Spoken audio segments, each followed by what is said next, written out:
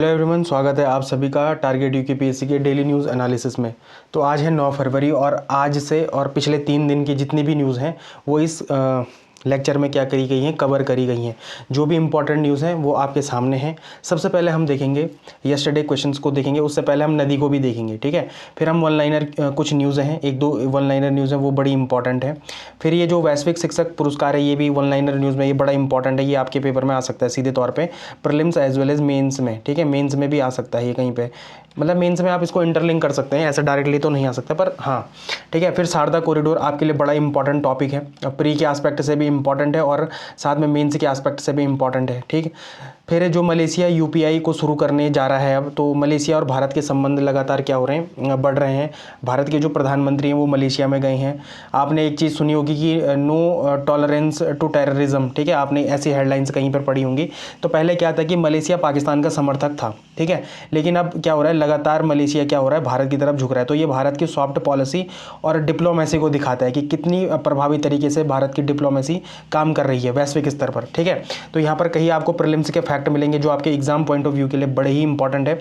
साथ में आपको मेंस के भी कुछ questions previous year question paper यहाँ पर प्रीवियस ईयर क्वेश्चन मिलेंगे यहाँ पर, जो डायरेक्ट इस न्यूज़ से क्या करते हैं, रिलेट करते हैं, ठीक है। जो छठवीं न्यूज़ है ये इस टॉपिक की सेकंड मोस्ट इंपॉर्टेंट जो टॉपिक कहूँगा मैं वो ये है, ठीक है। और वो क्या है कि उत्तराखंड में लोक संस्कृति, यहाँ से हमेशा मतलब हमेशा ही क्या होता है कि प्री में तो क्वेश्चन आते ही आते हैं, साथ में मेन्स के यहाँ पर 3 क्वेश्चन रिलेट करते हैं 2024 के मेन्स एग्जामिनेशन से, ठीक है, डायरेक्ट रिलेट करते हैं। तो अगर कोई इंसान इस केवल एक टॉपिक को पढ़कर चला जाए तो वो 2024 के 3 क्वेश्चनों को क्या कर लेगा, सीधे सीधे सॉल्व कर लेगा, ठीक है। उसमें से एक क्वेश्चन 8 नंबर का और 2 क्वेश्चन 10 नंबर के हैं, तो सीधे सीधे आप 28 नंबर के क्वेश्चन देख लो, एक चैप्टर से बनते हैं आपके पास, ठीक। तो ये बड़ा इंपॉर्टेंट है। फिर गोला नदी क्षेत्र, ये भी एक मोस्ट इंपॉर्टेंट टॉपिक है आपके एग्जाम पॉइंट ऑफ व्यू के लिए, ठीक है। और जो यहाँ तक की न्यूज़ें हैं वो हिंदुस्तान से ली गई हैं। वो कहाँ से ली गई हैं, हिंदुस्तान से ली गई हैं। हिंदुस्तान जो न्यूज़पेपर है, हिंदी न्यूज़पेपर, वहाँ से ली गई हैं। बाकी की जो 3 न्यूज़ हैं ये इंडियन एक्सप्रेस से ली गई हैं, और इंडियन एक्सप्रेस के जो न्यूज़ होती हैं वो काफ़ी डिटेल में और आपके एग्जाम पॉइंट ऑफ व्यू के लिए बड़ी इंपॉर्टेंट होती है, ठीक है। पहला है भारत में बदलती व्यापार कूटनीति, ठीक। आपके मेंस में यहाँ से 100% एक क्वेश्चन आता है और प्री में भी एक क्वेश्चन आता ही आता है, ठीक है। वो चाहे वो किसी देश से रिलेटेड डायरेक्ट पूछे, ठीक है, या व्यापार से रिलेटेड डायरेक्ट क्वेश्चन पूछे प्रीलिम्स में, वो आता ही आता है, ठीक है। फिर एआई इम्पैक्ट समिट, देखो ये आपके मेंस के लिए बहुत इंपॉर्टेंट है, उतना ही इंपॉर्टेंट आपके प्री के लिए भी है, क्योंकि यहाँ पर देखो आप समझो कि जो एआई इम्पैक्ट समिट है ना, ये 2023 से शुरू हुआ है, और 2023, 2024, 2025 और 2026 ये मुझे हर एग्जामिनेशन में देखने को मिला है एआई इम्पैक्ट समिट से, ठीक है। प्री में भी हमेशा मुझे क्वेश्चन देखने को मिला है और मेंस में भी यहां से क्वेश्चन बनते ही बनते हैं, ठीक है। तो ये जो टॉपिक है ये बड़ा इंपॉर्टेंट है आपके पेपर के लिए, और ये सबसे इंपॉर्टेंट टॉपिक है इस लेक्चर का, इसलिए आपको यहाँ तक बन के रहना है। अगर आप चाहते हैं कि आप कहाँ पर आप अपने एग्जाम में सफल होना चाहते हैं तो आपको पूरा लेक्चर ही में बने रहना है पहले तो, ठीक है। फिर मणिपुर में पहाड़ी जिलों में वित्तीय और प्रशासनिक सहायता, देखो यहाँ से प्रीलिम्स के क्वेश्चन बहुत ज़्यादा बनते हैं, जैसे 371 है ना, वहाँ से रिलेट करता है ये पूरी न्यूज़, और 371A से और J तक जितनी भी आर्टिकल है आज आप उसको क्या करके चले जाओगे, रट के चले जाओगे। इसीलिए इसमें आज आयोग वगैरह नहीं डाले गए, क्योंकि यहाँ पर क्या है कि बहुत ज़्यादा डिटेल में कुछ न्यूज़ें हैं, जैसे उत्तराखंड लोक संस्कृति के बारे में, उत्तराखंड में डांस फॉर्म कौन कौन से हैं, वो बहुत सारे डांस फॉर्म है। उत्तराखंड में हाउस ऑफ हिमालय के बारे में आया था न्यूज़पेपर में, उसको हाउस ऑफ हिमालय को पूरा डिटेल में समझाया गया है। फिर उत्तराखंड में योजनाओं के कुछ योजनाएं थी जो अपने किससे रिलेटेड है, इकोनॉमी से रिलेटेड है, तो वो योजनाओं को भी पूरी तरीके से आपको समझाया गया है। तो जो आज का लेक्चर है वो थोड़ा बड़ा हो सकता है, ठीक है, लेकिन आज का लेक्चर आपके लिए बड़ा इंपॉर्टेंट और बहुत ही ज़्यादा महत्वपूर्ण है, ठीक है। आगे बढ़ने से पहले मैं इन लोगों का धन्यवाद करना चाहूँगा जो लगातार यहाँ पर कमेंट सेक्शन में क्या कर रहे हैं, इस इनिशिएटिव में पार्टिसिपेट कर रहे हैं, ठीक है। और ये एक बहुत अच्छा इनिशिएटिव है आपके रिवीजन के लिए, रिवीजन पर्सपेक्टिव के लिए बड़ा इंपॉर्टेंट हो जाता है आपके लिए, ठीक है। फिर जो भी लोग मेरे से टेलीग्राम में जुड़ना चाहते हैं वो टारगेट यूकेपीएससी को सर्च करें।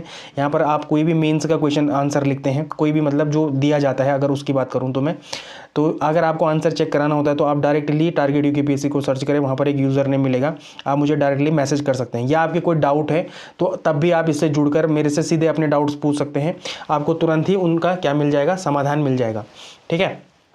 और जल्दी ही हम एक चीज़ शुरू करने वाले हैं कि जो पिछले कुछ एग्ज़ाम में टॉपर्स हैं, अभी नई मतलब ज़्यादा पुराने नहीं, नए कुछ टॉपर्स हैं, उनसे आपकी मुलाकात कराऊंगा कि कैसे आप अपने एग्ज़ामों में जल्द से जल्द क्या कर सकते हैं, सफलता पा सकते हैं।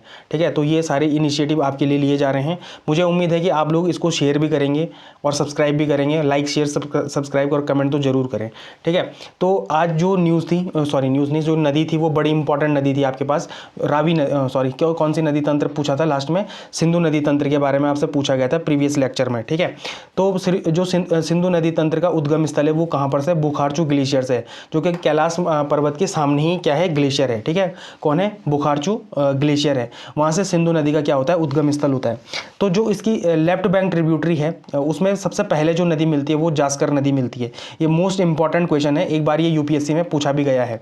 ठीक है, कहाँ पर पूछा गया है, ये यूपीएससी में पूछा गया है और ये एक फैक्ट बेस्ड नॉलेज है, तो ये आपके पीसीएस में भी कभी भी आ सकता है, इवन आरओ एआरओ में भी कभी भी आ सकता है। तो ये बड़ा इंपॉर्टेंट एक क्या है, एक नदी है, लेफ्ट बैंक ट्रिब्यूटरी है जास्कर। ठीक, अब देखो यहाँ पर जो लेफ्ट बैंक ट्रिब्यूटरी एक जास्कर है और दूसरी है चेनाब। क्योंकि चेनाब में अंदर ही क्या मिल जाते हैं, झेलम मिल जाती है, रावी मिल जाती है, व्यास तो किससे मिलती है, पहले सतलज से मिलती है, फिर सतलज आगे फर्दर जाकर चेनाब में मिलती है और लास्ट में पाकिस्तान के मिठानकोट एक स्थान है।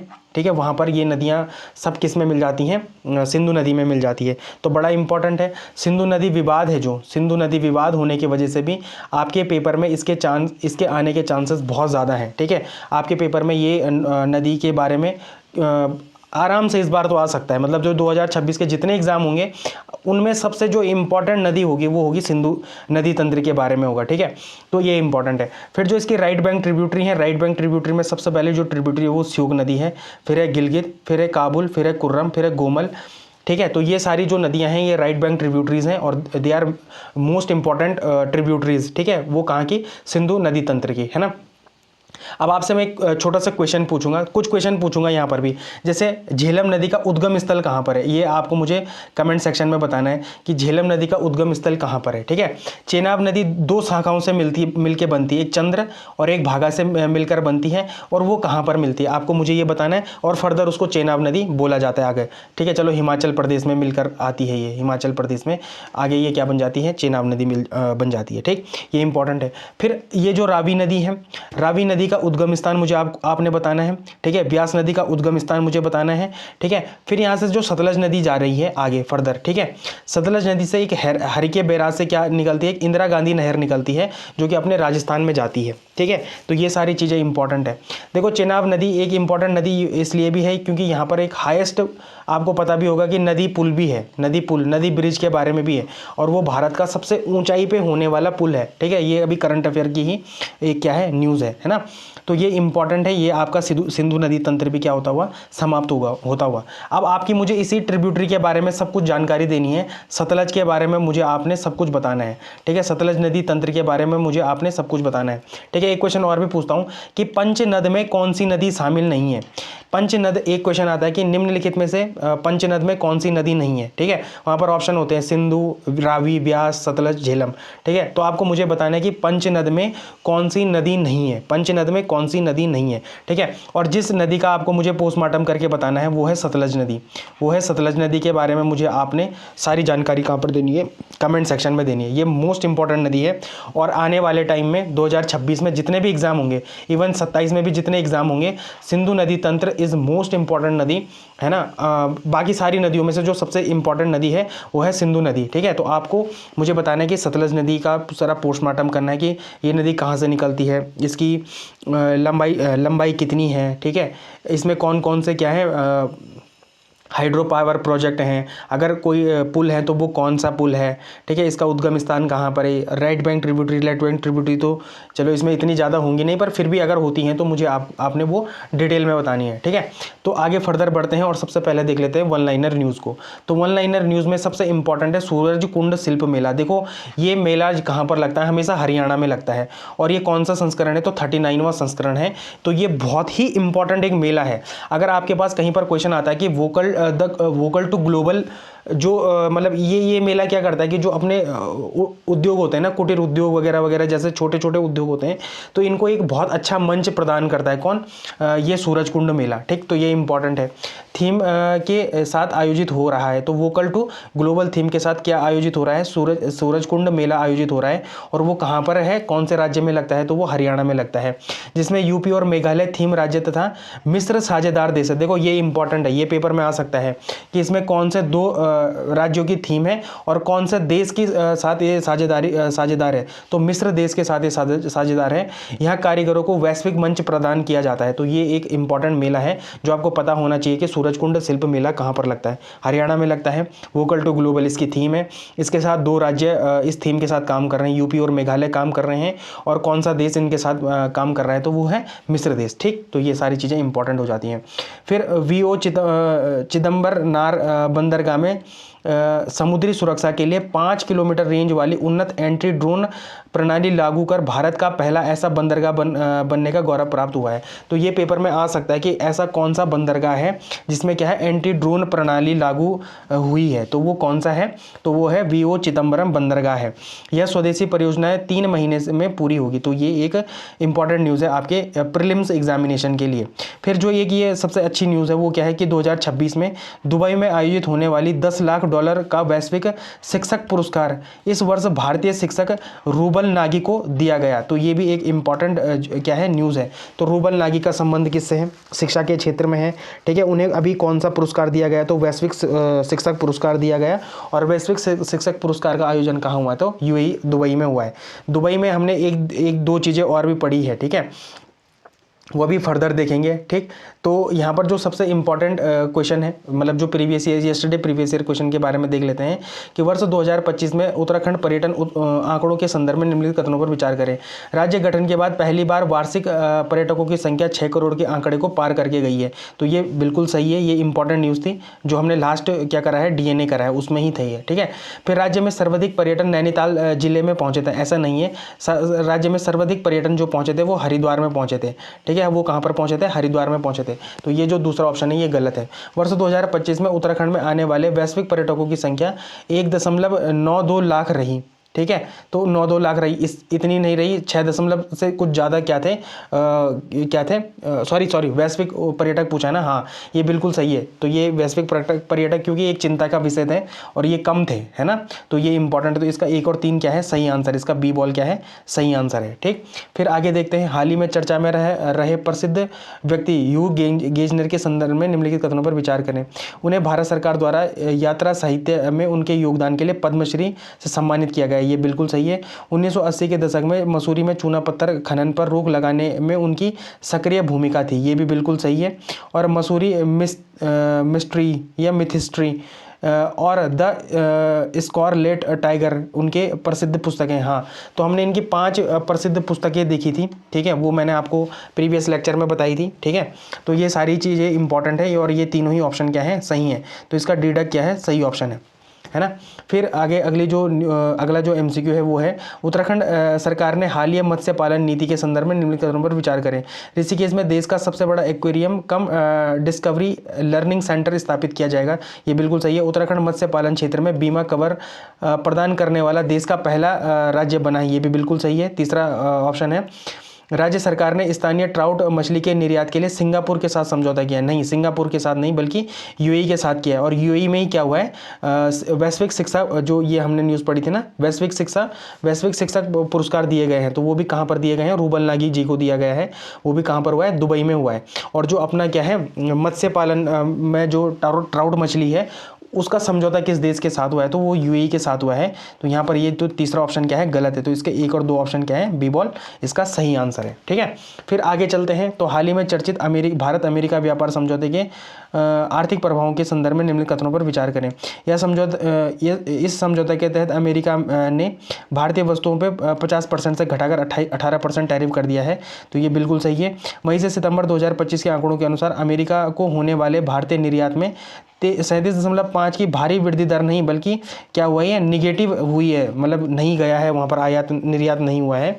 तो ये क्या है? गलत है। ठीक है, तीसरा है, इस समझौते से भारतीय डेयरी और कृषि क्षेत्र विशेषकर सोयाबीन और मक्का पर रास्ते आयात का दबाव बढ़ने की आशंका जताई गई। तो ये बिल्कुल सही है। इसके 1 और 3 क्या है, सही ऑप्शन है। तो इसका डीडा क्या है, सही आंसर है। फिर जो लास्ट क्वेश्चन है वो है राष्ट्रीय मानवाधिकार आयोग और मानवाधिकार संरक्षण संशोधन अधिनियम 2019 के संदर्भ में। ये हमने बड़े ही डिटेल में पढ़ा था। जिसने भी अभी ये NHRC के बारे में नहीं पढ़ा है वो लास्ट लेक्चर को जरूर देखें, DNA के लास्ट लेक्चर को जरूर देखें। ये बहुत ही इंपॉर्टेंट टॉपिक था। NHRC एक संवैधानिक निकाय है, तो ऐसा नहीं है, एक स्टैचुरी बॉडी है ये। तो ए ऑप्शन इसका क्या हो जाता है, गलत हो जाता है। 2019 के संशोधन के बाद सुप्रीम कोर्ट का कोई भी सेवानिवृत्त न्यायाधीश इसका अध्यक्ष बन सकता है। तो ये बी ऑप्शन क्या है, सही है। तीसरा है आयोग के पास मानवाधिकार उल्लंघन के दोषियों को दंडित करने की भी शक्ति है। तो ये भी क्या है, दंडित करने की शक्ति नहीं है। दंडित करने की शक्ति नहीं है, केवल ये क्या देते हैं, अपनी बातों को रखते हैं। बाकी दंड वंड देना तो अलग चीज़ें होती हैं। तो इसका क्या है, ए ऑप्शन क्या है, सही है। तो इसका ए ऑप्शन क्या हो जाएगा, सही हो जाएगा। तो अब बढ़ते हैं उत्तराखंड न्यूज़ की तरफ, है ना। देखो यहाँ पर एक प्रीवियस क्वेश्चन है कि उत्तराखंड में पर्यटन उद्योग की समस्या क्या है, इस दिशा में सरकार के द्वारा क्या कदम उठाए जा रहे हैं। देखो हमने एक पिछली न्यूज़ भी पढ़ी थी जहाँ पर बताया गया था कि उत्तराखंड में अभी क्या हुआ है, रिकॉर्ड तोड़ पर्यटन क्या हुआ है, आया है ना। रिकॉर्ड तोड़ पर्यटन क्या हुआ है, इस बार आया है। 6 करोड़ से ज़्यादा यहाँ पर क्या आए थे, पर्यटक आए थे ना। ये हमने ये जो न्यूज़ पढ़ी थी, 6 करोड़ के आंकड़े को पार कर चुका था 2025 में, जो क्या आए थे, पर्यटक आए थे, है ना। तो एक तो वो न्यूज़ थी, उसको भी इसके साथ इंटरलिंक कर लो, है ना। एक वो वाली न्यूज़ थी, एक ये वाली न्यूज़ है। देखो कि मुख्यमंत्री पुष्कर सिंह धामी ने चंपावत जिले में टनकपुर में 107 करोड़ रुपए के लागत से बनने वाली शारदा कॉरिडोर का शिलान्यास किया है, जिसका उद्देश्य धार्मिक पर्यटन को बढ़ावा देना और स्थानीय अर्थव्यवस्था को मजबूत करना है। तो सरकार कौन कौन से कदम उठा रही है, वहां पर आप एग्जाम्पल दे सकते हैं, ठीक है। और उस न्यूज़ में जो अपनी प्रीवियस न्यूज़ थी कि पर्यटन तो बढ़ रहा है, लेकिन हमने वहां पर पढ़ा था कि मैदानी इलाके में, मैदानी क्षेत्र में क्या होता है, पर्यटन बढ़ रहा है। लेकिन पर्वतीय क्षेत्र में क्या बन रहा है, अभी उतना पर्यटन नहीं बढ़ा है। तो पर्वतीय क्षेत्र में पर्यटन बढ़ाने के लिए भी सरकार ऐसे कॉरिडोरों को, जैसे शारदा कॉरिडोर हो गई, 4 धाम यात्रा हो गई, है ना, या शीतकाल प्रवास में जो यात्राएं हैं या वहाँ का टूरिज्म है उसको बढ़ाने की बात चल रही है। तो ये पर्वत वाले एरिया में जो क्या हो रहा है, टूरिज्म बढ़ाने की बात चल रही है, ठीक है। तो अब आपके पास जैसे क्वेश्चन आता है ये वाला कि उत्तराखंड में पर्यटन उद्योग की क्या समस्या है, तो आपको समस्याएं पता है और सरकार क्या कदम उठा रही है। तो ये आप क्या कर रहे हैं, लगातार DNA से, मतलब डेली न्यूज़ एनालिसिस से क्या कर रहे हैं, यहाँ पर आप अपने फैक्ट्स को जमा कर रहे हैं। देखो 100 शब्दों का क्वेश्चन था, 8 मार्क्स का था। तो यहाँ पर क्या आपको यहाँ पर 4 से 5 या 6 मार्क्स आराम से मिल सकते हैं अगर आप इन डेटा को क्या कर सकते हैं, याद करके रखें अपने पास। तो ठीक है, तो शारदा कॉरिडोर के बारे में पढ़ लेते हैं। प्रीलिम्स के एस्पेक्ट से भी बड़ा इंपॉर्टेंट है और मेंस के एस्पेक्ट से तो मैं आपको प्रीवियस ईयर क्वेश्चन पेपर मतलब क्वेश्चन दिखा चुका हूँ, ठीक है।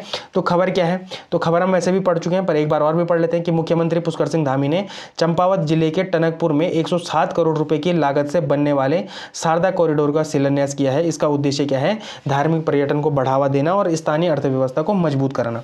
तो सबसे पहला जो प्रीलिम्स में क्वेश्चन आ सकता है कि शारदा कॉरिडोर कहाँ स्थित है, तो टनकपुर और कौन से जिले में है, तो अपने चंपावत जिले में है, ठीक है। किस नदी के तट पर विकसित किया जा रहा है, तो शारदा नदी या काली नदी के तट पर विकसित किया जा रहा है। अब आपको मुझे थोड़ा काली नदी के बारे में भी बताना है। काली नदी के बारे में मुझे बताना है, कहाँ पर, कमेंट सेक्शन में, क्योंकि ये सबसे इंपॉर्टेंट एक नदी है जो हमारे एग्जाम में, ठीक है, चाहे वो UK SSS का एग्जाम हो, है ना, चाहे वो फिर UK PSC का एग्जाम हो, वहाँ पर से कई बार ये क्वेश्चन आ जाता है काली नदी के बारे में, ठीक है। और इसके लिए जो क्या बोलते हैं इसको, जो रुपए एलोकेट किए गए हैं, है ना, वो कितने करे गए हैं, 107 करोड़ रुपए क्या किए गए हैं, इसके लिए एलोकेट किए गए हैं। इससे संबंधित कुछ अन्य प्रोजेक्ट भी हैं, जैसे चंपावत में गोलजी कॉरिडोर भी बनाया गया है। गोलू देवता कुमाऊं के न्याय देवता माने जाते। देखो इनके बारे में हम बहुत डिटेल में पढ़ चुके हैं, गोलू देवता जी के बारे में, है ना, प्रीवियस DNA में ही पढ़ चुके हैं। देखो अब जैसे यहाँ पर आता है कि पर्वतीय क्षेत्र में पर्यटन बढ़ाने के लिए सरकार के द्वारा क्या कदम उठाए गए हैं। पर्यटन देखो पर्वतीय क्षेत्र में देखो, मैदानी क्षेत्र में तो पर्यटन वैसे भी है, ज़्यादा ही है, ठीक है, लेकिन पर्वतीय क्षेत्र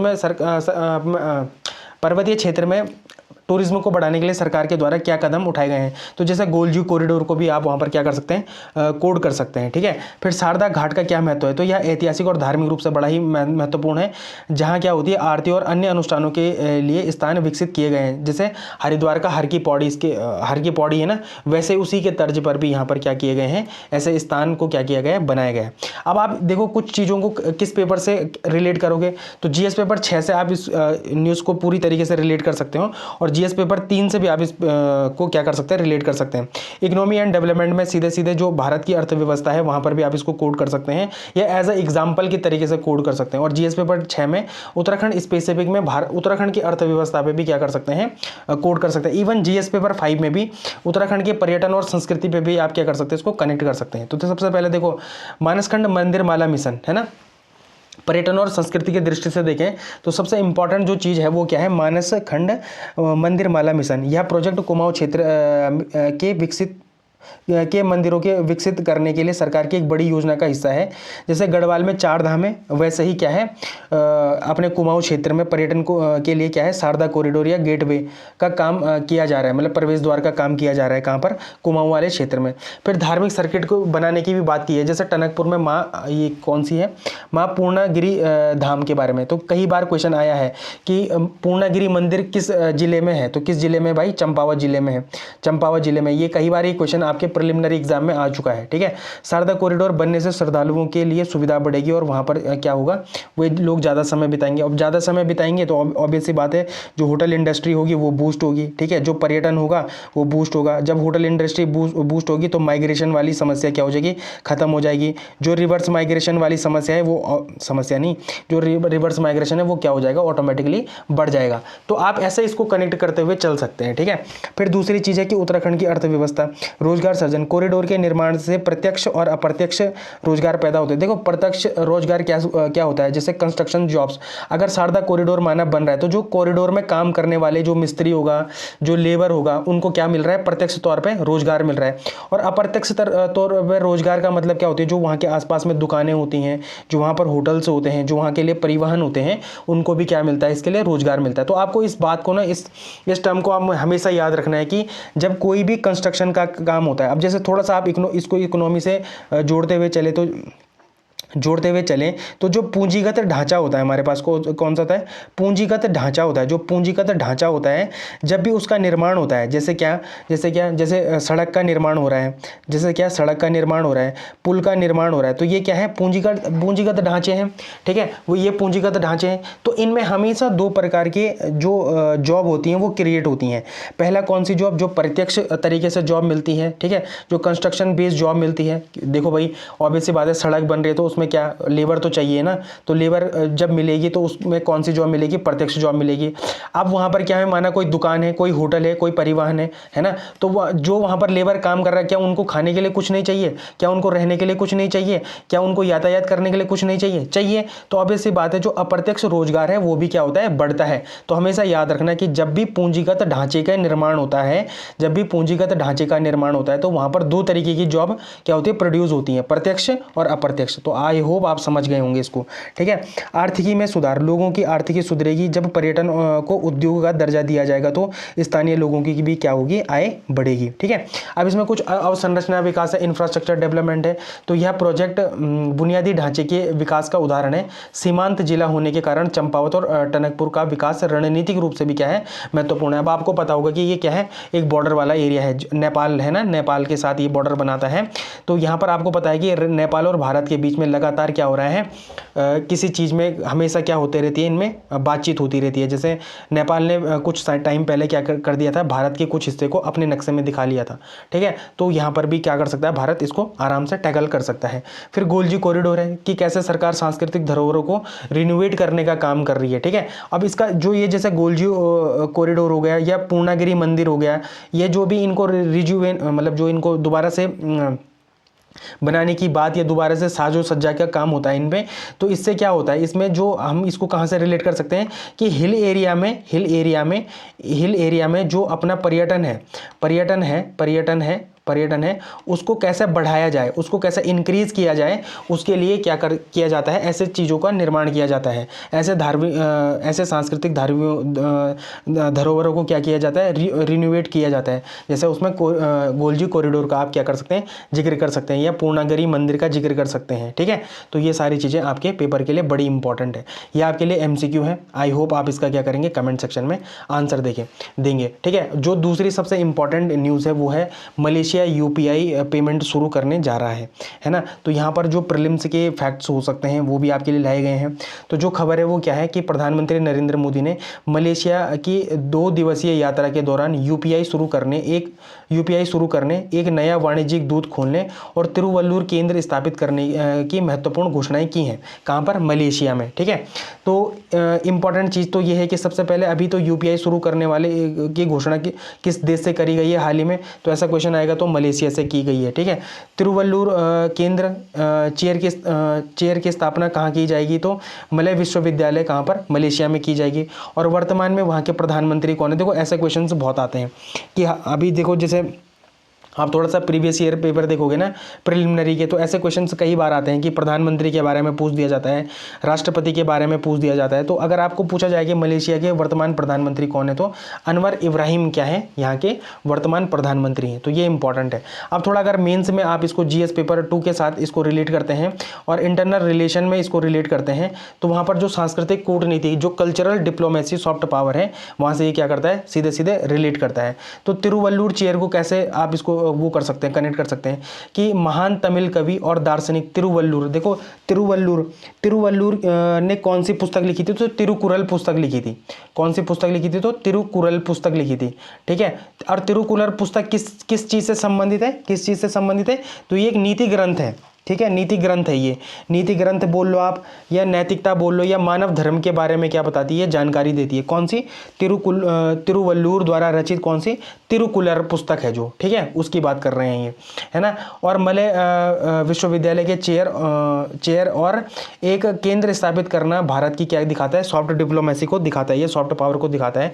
यह दर्शाता है कि कैसे भारत अपने सांस्कृतिक प्रतीकों का सम्मान वैश्विक स्तर पर बढ़ा रहा है। तो ये एक इंपॉर्टेंट चीज़ है। जैसे तिरुवल्लुर है ना, तो वैसे आपको तोलका पीएम भी पता होंगे, है ना। जैसे तिरुवल्लुर ने कौन सी पुस्तक लिखी है, तो तिरुकुरल पुस्तक लिखी है। और तिरुकुरल पुस्तक का संबंध किससे है, नीति ग्रंथ से या नैतिकता से है ना, या मानव धर्म से। तो आप इनको बता सकते हैं। ठीक है, तो ऐसे ही जैसे तिरुवल्लुर है, वैसे ही क्या है, तमिल व्याकरण भी एक है। तो तोलका पीएम है, तो तोलका पीएम द्वारा कौन सी किताब लिखी गई है, तो तोलका पीएम एक किताब है जो कि किससे रिलेट करती है, तमिल व्याकरण से रिलेट करती है। तो वो एक इंपॉर्टेंट फैक्ट हो जाता है आपके प्रिलिमिनरी एग्जामिनेशन के लिए। फिर प्रवासी भारतीयों की अगर बात करें तो मलेशिया में भारतीय मूल के लगभग 29 लाख लोग रहते हैं। दुनिया में दूसरा सबसे बड़ा भारतीय समुदाय कहाँ पर है, डायस्पोरा कहाँ पर है, तो वो है मलेशिया में। अब आपको मुझे बताना है कि भारत का दुनिया में पहला सबसे बड़ा भारतीय समुदाय कहाँ पर रहता है। देखो दूसरा तो मलेशिया में रहता है, लेकिन पहला कहाँ पर रहता है, ये आपको मुझे गूगल वगैरह करके जो आप करना चाहो वो कर लेना, लेकिन आप मुझे बता देना इसको कमेंट सेक्शन में। ठीक है, कहाँ पर, कमेंट सेक्शन में बता देना। फिर अगर द्विपक्षीय व्यापार की बात करें तो मलेशिया में 100 से अधिक भारतीय कंपनियाँ कार्यरत हैं। यह दोनों देशों के बीच मजबूत होते आर्थिक रिश्तों को क्या बताते हैं, प्रमाण बता रहे हैं। अब इसके बारे में थोड़ा सा संबंध है, मतलब क्या हुआ है कि 11 एग्रीमेंट्स के बारे में बात करी गई है। किस किस के बीच में, तो भारत और मलेशिया के बीच में क्या हुआ है कि 11 एग्रीमेंट में बात की गई है। ठीक है, तो यहाँ के आपको प्रधानमंत्री जी के बारे में पता ही होगा कि अनवर इब्राहिम है। ठीक है, समझौता क्या हुआ कि दोनों देशों के बीच कुल 11 सहयोग समझौते पर हस्ताक्षर हुआ है। मलेशिया आसियान का एक प्रमुख सदस्य है और भारत का एक महत्वपूर्ण एक्ट ईस्ट साझेदार है। देखो आपको पता होगा कि एक्ट ईस्ट पॉलिसी क्या है, भारत की एक पॉलिसी है। ठीक है, उसके अंडर में क्या होता है कि हम आसियान देश के साथ, आसियान कंट्रीज़ के साथ क्या होते हैं, जुड़े होते हैं। देखो जहाँ पर मैंने आपको ना वैश्विक वो बताए होंगे, क्या संगठन बताए होंगे, मैंने आपको आसियान के बारे में सब कुछ डिटेल में बताया होगा। ठीक है, मैंने एक वीडियो अलग से भी बनाई है जिसमें क्या है सारे उनके बारे में बताया गया है, किनके, जो इंटरनेशनल क्या है ऐसे गुट है, मतलब जैसे आसियान हो गया, बिम्स्टेक हो गया, सार्क हो गया। ठीक है, आसियान संगठन बोलते हैं जिनको। ठीक है, उनमें एक सेपरेट वीडियो बनाई है, आप क्या करना, एक बार उसको देखने की कोशिश करना।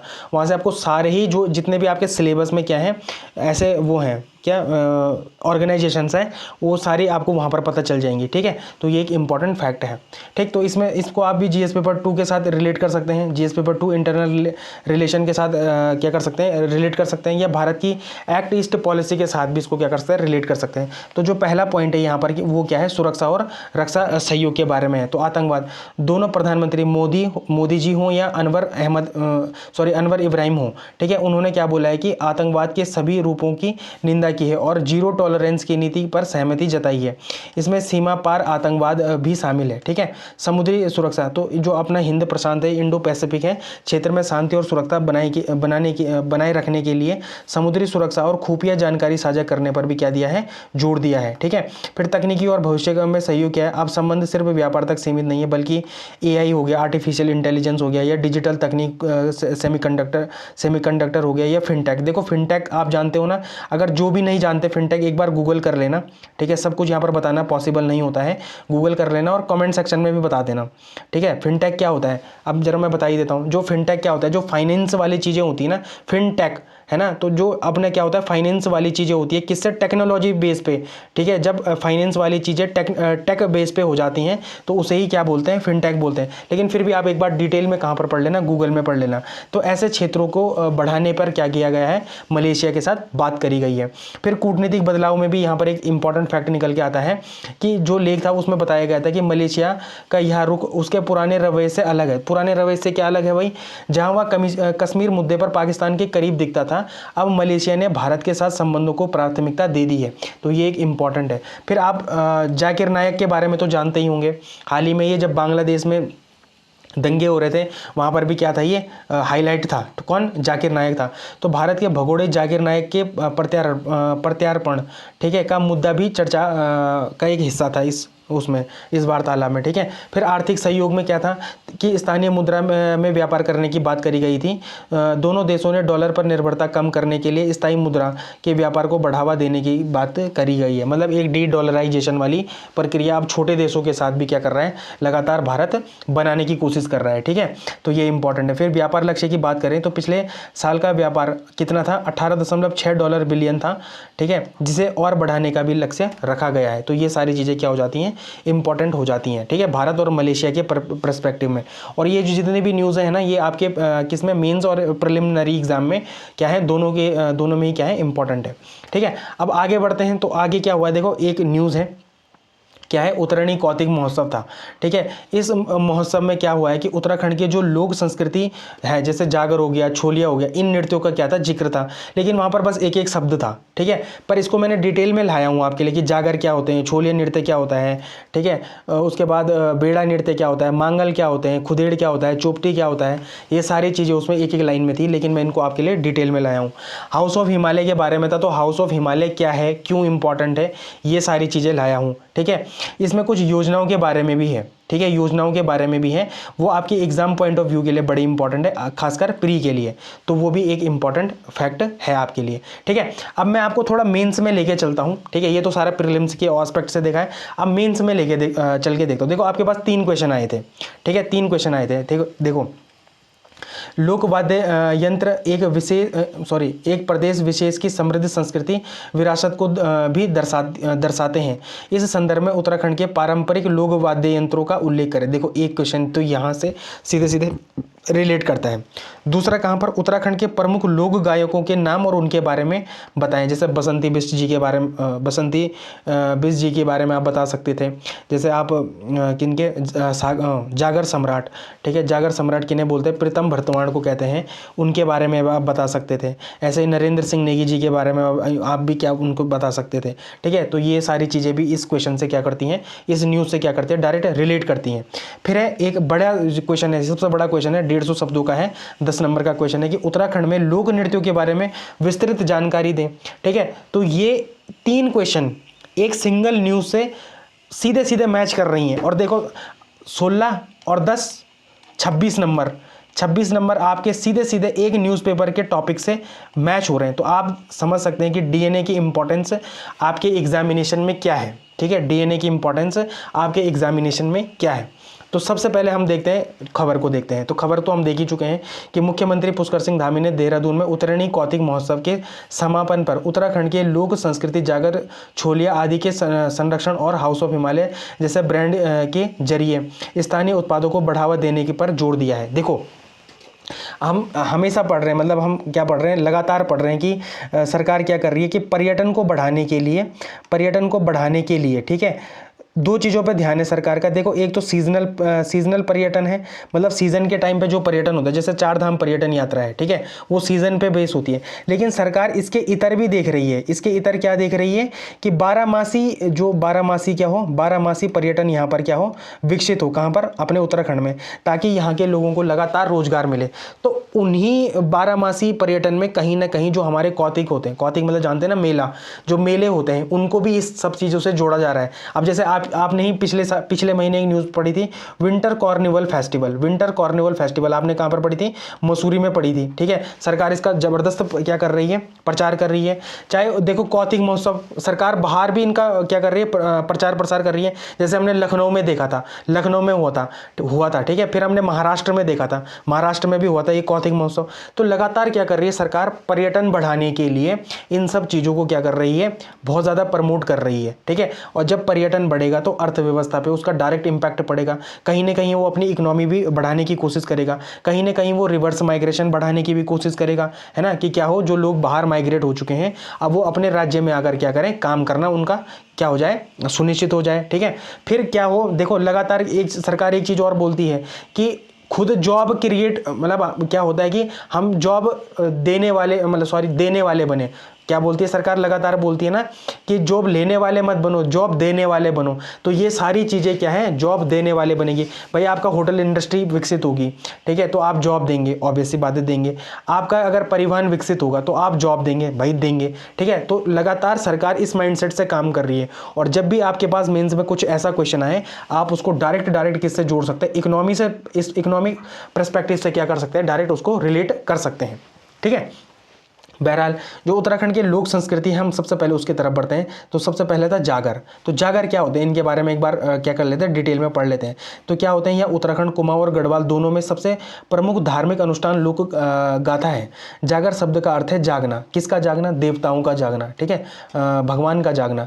तो उद्देश्य क्या है, इसमें स्थानीय देवताओं जैसे गोलू देवता हो गए, ठीक है, गंगनाथ हो गए, भनारी हो गए, या पूर्वजों या पितरों, ठीक है, का आह्वान किया जाता है ताकि वे अवतार लें और लोगों की समस्या का क्या करें, समाधान करें, ठीक है। मुख्य पात्र इसमें कौन कौन सा होता है? सबसे पहले होता है जगरिया। यह मुख्य गायक और गाथा गाकर देवताओं को बुलाता है। फिर होता है डांगरिया। डांगरिया क्या होता है? यह व्यक्ति जिसके शरीर में देवता अवतरित होते हैं, ठीक है। फिर वाद्य यंत्र क्या क्या होते हैं इसमें, जैसे ढोल हो गया, दमाऊ हो गया, हुड़का हो गया, कांसे की थाली हो गई, ठीक है। अब यहाँ पर सबसे इंपॉर्टेंट आता है पद्मश्री किन किन का नाम, बसंती बिष्ट जी का नाम और प्रीतम भरतवाण जी का नाम, ठीक है। अब देखो जागर है यहाँ पर, तो जागर दिवस कब मनाया जाता है? 17 सितंबर को मनाया जाता है जागर दिवस, ठीक है। 17 सितंबर को क्यों मनाया जाता है? क्योंकि उसी दिन क्या हुआ था, प्रीतम भरतवाण जी का जन्मदिन भी है। कब है? 17 सितंबर को, ठीक है, प्रीतम भरतवाण जी का जन्मदिन भी है। और इसी दिन क्या मनाते हैं हम? जागर दिवस भी मनाते हैं, जागर दिवस भी मनाते हैं। तो ये आपके लिए कुछ एक्स्ट्रा फैक्ट्स हैं, ठीक है, तो ये इंपॉर्टेंट है। फिर आप मुझे बता सकते हैं कि बसंती बिष्ट जी को, इनको कब पद्मश्री मिला था? पद्मश्री इनको कब मिला था, जरा मुझे आप बता सकते हैं कौन से सन में मिला था, ठीक है, कहाँ पर, कमेंट सेक्शन में बताना, ठीक है। फिर है बेड़ा। अब मुझे गारंटी के साथ पता है कि आपने बेड़ा सुना ही नहीं होगा, लेकिन ये आपके न्यूज़पेपर में आया हुआ था, इस वजह से इसके बारे में थोड़ा सा डिटेल में मैंने ढूंढने की कोशिश करी है, ठीक है। तो बेड़ा क्या होता है? यह एक विशेष जाति और लोक परंपरा से जुड़ा है। ऐतिहासिक रूप से बेड़ा जाति के लोग राज दरबारों या मंदिरों में नाच गाकर आय का साधन क्या करते थे, जुटाते थे, है ना। इतिहास क्या है? प्राचीन काल में बेड़ा व्रत नाम की एक प्रथा थी, जिसमें बेड़ा कलाकार एक लंबी रस्सी पर संतुलन बनाकर फिसलते थे। यह एक जोखिम भरा प्रदर्शन होता था, जिसे बाद में 19वीं सदी में अंग्रेजों ने क्या कर दिया गया था, अंग्रेजों द्वारा इसको प्रतिबंधित कर दिया गया था। और वर्तमान में क्या करते हैं, अब यह मुख्य रूप से पारंपरिक गायन और वाद्यान तक ही क्या है, सीमित है। तो ये एक इंपॉर्टेंट क्या है आपके पास, आर्ट एंड कल्चर का एक आपके पास आर्ट फॉर्म है या डांस फॉर्म है, ठीक है। आप इसको क्या कर सकते हैं, कहीं पर नोट करके लिख सकते हैं, ठीक है, ये थोड़ा नया है, ये मैंने भी नहीं पढ़ा था ये अभी तक, लेकिन ये नया है। फिर है मंगल नहीं है, ये मांगल है, ठीक है। ये क्या है, मांगल है, मांगल, ठीक है। मांगल क्या होता है, ये एक संस्कार गीत है ना। कब गाए जाते हैं ये, जब विवाह होता है, जब जनेऊ संस्कार होता है, उपनयन संस्कार होता है, नामकरण होता है, ऐसे किसी भी शुभ कार्य, शुभ अवसर पर ये क्या होते हैं, गाए जाते हैं। इनकी विशेषता क्या है, तो इन्हें मुख्य रूप से घर की बुजुर्ग महिलाएं गाती हैं। इनमें देवताओं जैसे गणेश हो गया, शिव पार्वती की स्तुति और नवविवाहित जोड़े या बालक के लिए आशीष या ब्लेसिंग होती हैं। इसे मांगल गीत या साकुनाखर भी कहा जाता है। साकुनाखर, देखो शायद मांगल तो इसको कहाँ पर कहते हैं, गढ़वाल में कहते हैं, और सकुनाकर शायद कुमाऊं में कहते हैं। जरा अगर कोई लोग यहाँ पर कुमाऊं से देख रहे हैं इसको, तो ज़रा मुझे बताना कि मांगल को आपके एरिया में क्या कहते हैं। मतलब मैं तो गढ़वाल से बिलोंग करता हूँ, लेकिन आप मुझे बताना कि कुमाऊं में मांगल को क्या कहते हैं, ठीक है, जो शादियों में गाया जाता है, दड़ा हुइयाँ वाला, ठीक है, तो जरा देख लेना। फिर है खुदेड़ गीत। तो खुदेड़ गीत में क्या है, एक भावात्मक गीत है। यह वियोग और वेदना वाला गीत है, ठीक है। विषय क्या है, खुद एक गढ़वाली, खुद का गढ़वाली में अर्थ होता है याद आना, ठीक है। खुद का गढ़वाली में अर्थ होता है याद आना, नहीं, खुद का हिंदी में अर्थ होता है याद आना, ठीक है। यह गीत उन विवाहित महिलाओं द्वारा गाया जाता है जिन्हें अपने मायके मतलब माता पिता के घर की याद सता रही होती है और वे ससुराल में अकेलेपन महसूस कर रही होती है, तो वो क्या गाती हैं, खुदेड़ गीत गाते हैं। महत्व क्या है, यह पहाड़ की महिलाओं की कठिन सामाजिक और मानसिक स्थिति का एक मार्मिक चित्रण करता है। तो ये बहुत इंपॉर्टेंट, देखो जब भी आपके पास मीन्स में ऐसे आर्ट एंड कल्चर फॉर्म में लिखने के लिए आए ना, तो आप ऐसे चीज़ों को नोट करके रखो। जैसे महत्व, अभी जैसे ये महत्व है कि पहाड़ की महिलाओं की कठिन सामाजिक और मानसिक स्थिति का मार्मिक चित्रण। अब देखो ये कितना अच्छा एक सेंटेंस है, ठीक है। इससे क्या होगा, एग्जामिनर आपको नंबर देने की इच्छा करेगा, ठीक है। फिर चौपती, ठीक है, चौपती ये क्या है, एक प्रेम प्रधान गीत है ना, एक प्रेम प्रधान लोकगीत है। इसका क्षेत्र मतलब ये कौन से क्षेत्र में गाया जाता है, तो टेरी क्षेत्र हो गया, चाहे रवाई क्षेत्र हो गया, चाहे जौनपुर वाला क्षेत्र हो गया। तो जौनसार है यार, ये जौनपुर नहीं है, सॉरी, जौनसार, ठीक है, जौनसार, ठीक है, जौनसार वाले क्षेत्र में प्रचलित है ये। इसकी शैली क्या है, तो ये प्रश्न उत्तर वाली है, मतलब डिबेट वाली क्या है, एक शैली है, इसमें गाया जाता है ये। इसमें प्रेमी और प्रेमिका ये या पुरुष और महिला समूह गीत के माध्यम से एक दूसरे से सवाल जवाब किए जाते हैं। तो चौपती में क्या किए जाते हैं, सवाल जवाब किए जाते हैं। तो ये इंपॉर्टेंट है, एक अच्छा क्या है, ये डांस फॉर्म है। फिर छोलिया, यह कुमाऊं क्षेत्र का एक प्रसिद्ध युद्ध प्रधान नृत्य है। कब होता है ये, तो ये मुख्य रूप से विवाह या बारात के अवसर पर होता है। मान्यता क्या है कि प्राचीन काल में शादियां तलवार की नोक पर युद्ध करके होती थीं। यह नृत्य उसी परंपरा का प्रतीक है। इसे बुरी आत्माओं को दूर रखने के लिए भी किया जाता है। वेशभूषा क्या होती है, नृतक पारंपरिक सैनिक वेशभूषा तलवार और ढाल लेकर नृत्य करते हैं। वाद्य यंत्र क्या होते हैं, तुरी हो गई, रणसिंगा हो गया, ढोलो डमा हो गया। देखो वाद्य यंत्र भी बड़े इंपॉर्टेंट है। अब इसमें एक इंपॉर्टेंट फैक्ट क्या है, देखो पिथौरागढ़ का छोलिया नृत्य अंतर्राष्ट्रीय स्तर पर प्रसिद्ध है। कितनों को ये पता था कि पिथौरागढ़ का जो छोलिया नृत्य है वो अंतर्राष्ट्रीय स्तर पर क्या है, प्रसिद्ध है, जरा मुझे बताना। फिर पांडव नृत्य हो गया या लीला हो गई, ठीक है, पांडव नृत्य या लीला। तो इसका क्या परिचय है, मतलब क्या हो सकता है, ये कहाँ पर होता है, तो ये गढ़वाल क्षेत्र में होता है। विशेषकर चमोली और रुद्रप्रयाग का एक प्रमुख क्या है, नृत्य नाटिका है। विषय क्या है इसमें महाभारत के पात्रों जैसे पांडव हो गया और द्रौपदी हो गई के जीवन की घटनाओं का मंचन किया जाता है। मान्यता क्या है, तो उत्तराखंड के लोग मानते हैं कि स्वर्गरोहण मतलब स्वर्ग जाते समय के दौरान पांडव यहाँ से गुजरे थे। वे पांडवों को देवता के रूप में क्या करते हैं, पूजते हैं। समय क्या है, यह आमतौर पर फसल कटाई के बाद सर्दियों में नवंबर दिसंबर में क्या होता है, आयोजित किया जाता है। कौन सा, पांडव नृत्य या पांडव लीला है, ठीक है। फिर झोड़ा और छपेली, तो झोड़ा के बारे में देख लेते हैं। ये एक सामूहिक नृत्य है, ठीक है। कुमाऊं में मेलों के दौरान लोग एक गोलाकार घेरा बनाकर एक दूसरे के कंधे पर हाथ रखकर गाते हुए नाचते हैं। मुख्य गायक कौन होता है इसमें, तो हुड़किया बोला जाता है, जो कि क्या होता है, बीच में होता है। तो ये हमने पहले भी पढ़ लिया है, ठीक है। फिर जो छपेली है, यह एक प्रेम और श्रृंगार का नृत्य है। इसमें एक पुरुष और एक स्त्री जोड़ा बनाकर नृत्य करते हैं। पहचान क्या है, एक हाथ में रुमाल और दूसरे हाथ में दर्पण या मिरर होता है, जो दर्पण होता है, लेकर नाचना इसकी क्या है, प्रमुख मुख्य विशेषता है। तो देखो ये इंपॉर्टेंट है। यहाँ से ये क्वेश्चन देखो, क्या ये डायरेक्ट रिलेट नहीं कर रहे हैं? ये सारे क्वेश्चन यहाँ से रिलेट नहीं कर रहे हैं? कर रहे हैं। देखो 26 नंबर यहाँ से सीधे सीधे एक ही न्यूज़ से बन के आ गए आपके पास। और प्रिलिमिनरी एग्जाम में तो पता नहीं है कितनी बार ही क्वेश्चन क्या हो जाते हैं, रिपीट हो जाते हैं। ठीक है, फिर हाउस ऑफ हिमालय के बारे में भी देख लेते हैं। तो देखो यहाँ से भी 3 क्वेश्चन, आप इसको एज ए एग्जाम्पल के तरीके से देखो। तो जैसे महिला सशक्तिकरण पर आता है तो आप इसको सीधे सीधे रिलेट कर सकते हैं हाउस ऑफ हिमालय को। ठीक है, फिर अगर उत्तराखंड पे बेरोजगारी के कारण, प्रमुख कारण और सरकार के द्वारा कौन कौन से योजनाएं चलाई जा रही हैं, तो यहाँ पर भी आप इसको डायरेक्ट कोड कर सकते हैं। ठीक है, यहाँ से सीधे रिलेट कर सकते हैं। उत्तराखंड के प्राकृतिक संसाधनों के संवर्धन व संरक्षण के लिए सरकार के प्रयासों का वर्णन कीजिए। तो यहाँ पर भी आप हाउस ऑफ हिमालय का क्या एग्जाम्पल नहीं दे सकते? हाउस ऑफ हिमालय का क्या एग्जाम्पल नहीं दे सकते हैं? तो ये भी 26 नंबर, देखो 26 और 26। ठीक है, 26 और 26 कितना होता है? कितना? 25, 52। सीधे सीधे 52 नंबर आपके एक टॉपिक से क्लियर हो रहे हैं। 52 नंबर आपके एक टॉपिक से क्लियर हो रहे हैं। और ये तो टोटल 52 है। मैं कहता हूँ आपको अगर इसमें से 30 नंबर भी मिल जाते हैं, ठीक है, ये 52 तो हाईएस्ट मार्क्स है ना, पर अगर आपको यहाँ पर से 30 नंबर भी मिल जाते हैं तो क्या ये बुरा है? एक न्यूज़पेपर से। ठीक है, तो ये बड़ा इंपॉर्टेंट है। तो आपको समझना है कि डीएनए आपके लिए क्यों महत्वपूर्ण है। ठीक है, तो हाउस ऑफ हिमालय उत्तराखंड सरकार की एक बहुत ही महत्वाकांक्षी और रणनीतिक पहल है। आर्थिक विकास, चाहे इकोनॉमिक डेवलपमेंट की बात करें, चाहे एग्रीकल्चर की बात करें, चाहे आप वुमेन एम्पावरमेंट की बात करें, ये तीनों से ही प्रत्यक्ष तौर पर क्या है, जुड़ा है। तो अब क्या देखते हैं हाउस ऑफ हिमालय के बारे में, एक बार डिटेल में पढ़ लेते हैं। तो हाउस ऑफ हिमालय क्या है? एक अम्ब्रेला ब्रांड है। इसका मतलब यह है कि उत्तराखंड के अलग अलग जो एसएचजी हैं, जो स्वयं सहायता समूह हैं, द्वारा बनाए गए सभी स्थानीय उत्पादों को ये अब अलग अलग नामों से नहीं बल्कि हाउस ऑफ हिमालय के नाम से बेचा जाएगा। पहले जैसे हिमाद्री के नाम से बेचा जाता था, ऐसे 2-3 ब्रांड नेम और भी थे, तो उन सबको कलेक्टिवली जोड़कर क्या बना दिया गया है? हाउस ऑफ हिमालय बनाया गया है। तो इसका शुभारंभ किसने करा था? तो प्रधानमंत्री नरेंद्र मोदी जी ने करा था। और ये जो मैं आपको पहले भी बता चुका हूँ, 8 दिसंबर 2023 को देहरादून में क्या हुआ था? ग्लोबल इन्वेस्टर समिट हुई थी। उसी दिन उसी टाइम पे इसको क्या करा गया था? दिया गया था। किसको? हाउस ऑफ हिमालय को दिया गया था। अब देखो कुछ दिन पहले हमने एक न्यूज़ पढ़ी थी कि जो विभिन्न राज्य के जो चीफ मिनिस्टर हैं वो एफडीआई लेने के लिए क्या कर रहे हैं? वैश्विक मंचों पर जा रहे हैं।